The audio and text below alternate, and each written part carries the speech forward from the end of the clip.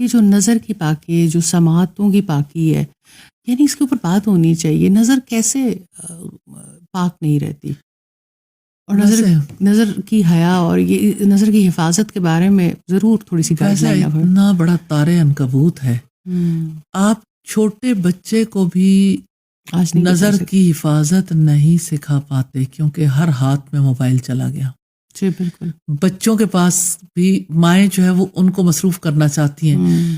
بہت زیادہ مسکنسیپشن ہے کہ بچوں کے پاس اگر گیجٹ چلے گی تو بچے بہت ذہین بن جائیں گے.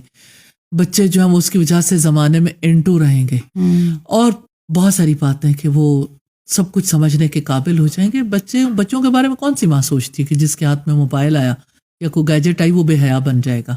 وہ اپنی نظروں کی حفاظت نہیں کر پائے گا, وہ اپنی سماعتوں کی حفاظت نہیں کر پائے گا, وہ اپنے دل اور اپنے اعمال کی حفاظت نہیں کر پائے گا. جب میں یہ مثال دینا چاہتی ہوں کہ جب میرے اندر پہلی دفعہ اسلام کی کوئی رمق آئی تھی تو اتفاق ایسا تھا کہ میں عمرہ کے لیے گئی اور اس زمانے میں بہت بہتر حالات تھے وہاں پر. تو خیر بہت ساری چیزیں ہم محسوس کرتے ہیں کہ بہت شر ہر طرف پھیلتا چلا جا رہا ہے.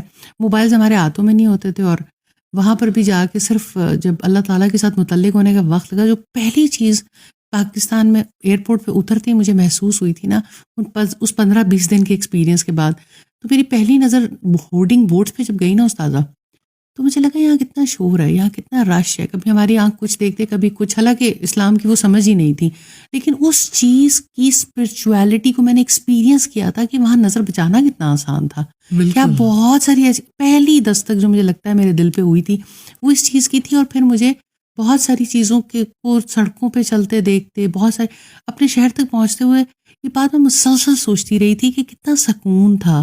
آپ کو ایک ہی طرح کا منظر نظر آتا تھا, آپ کو یہ تمام مناظر نظر نہیں آتے تھے.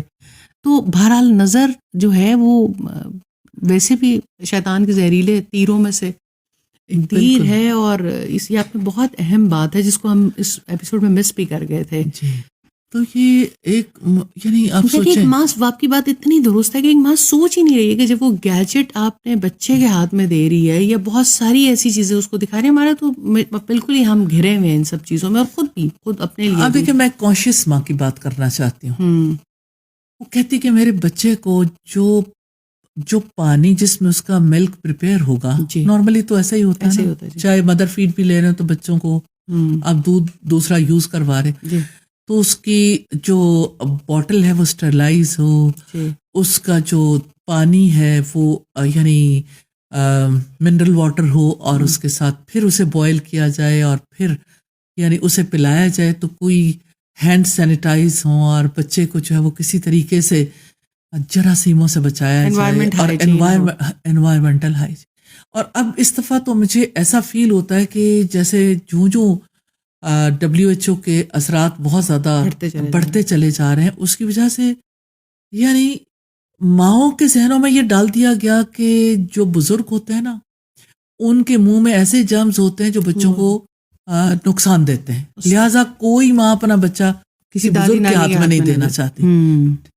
پھر اسی طرح سے جیسے یعنی جو ماں اتنی کانشیس ہے کہ بچے کی ہر چیز پورے طریقے سے جرمز فری ہو رہی ہے, یعنی وہ اسپرچل ہائیجین کا خیال ہی نہیں رکھ رہی. میں یہی بات کرنا چاہتی ہوں کہ آپ اس کے فزیکل باڈی کی ہیلتھ کے لیے تو اتنے کوشش کر رہے ہیں کہ اور اتنے پیرامیٹرز لے رہے ہیں, اتنے پیرامیٹر, اور آپ اس کی آنکھوں سے اس کے کانوں سے جو کچھ اس کے اندر جا رہا ہے اس کے بارے میں آپ کو فکر ہی نہیں ہے. اور آپ یہ دیکھیں کہ جو وہ اپنی آنکھوں سے دیکھے گا اور جو کچھ اس کے اندر جائے گا, سوچیں کنٹینیوسلی اس کے اندر کیا چیز ہے جو سٹور ہو رہی ہے.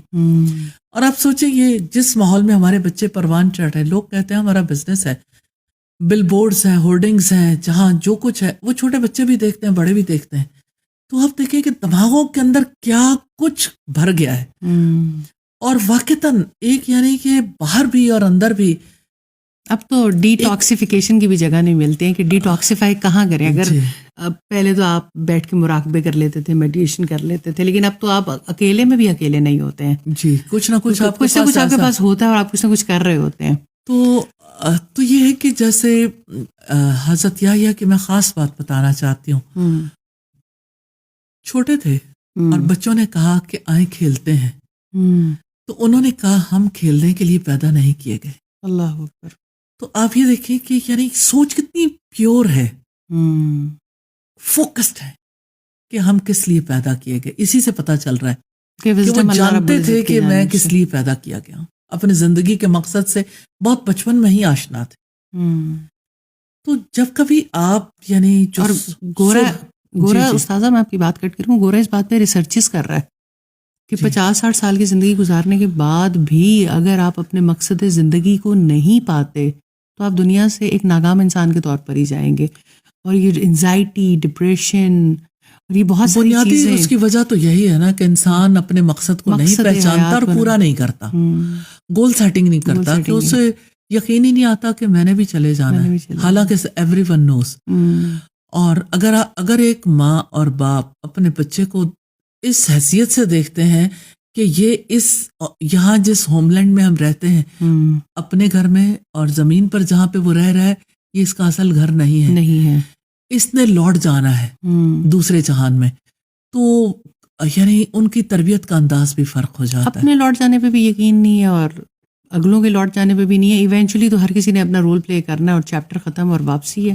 اور پھر وہاں پر اور آپ دیکھیں کہ اس اکاؤنٹیبلٹی، اور پھر آپ دیکھیں کہ اس بچے کو کس حالت میں چھوڑ کے چلے جائیں گے کہ وہ یعنی اللہ سبحانہ تعالیٰ نے تو اسے صالح فطرت پر پیدا کیا، لیکن ایک گاربیج کی طرح ہی زمانے کی طرف لوٹا کر چلے جاؤ گے نا.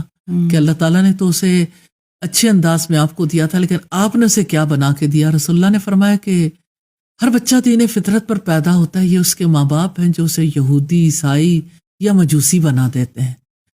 تو یہ ماں باپ تھے اچھے ماں باپ، جن کے لیے اللہ سبحانہ تعالیٰ نے آسانی کر دی کہ ان کے بچے کو سرکش اور نافرمان نہیں بنایا، کیونکہ اسے فرمان کا پتہ تھا، اس کی گول سیٹنگ تھی. خذل کتاب بقوہ، کتاب کو مضبوطی سے پکڑ لو. یہ کتاب ہی تو ہمارے بچے کے ہاتھ میں نہیں ہے.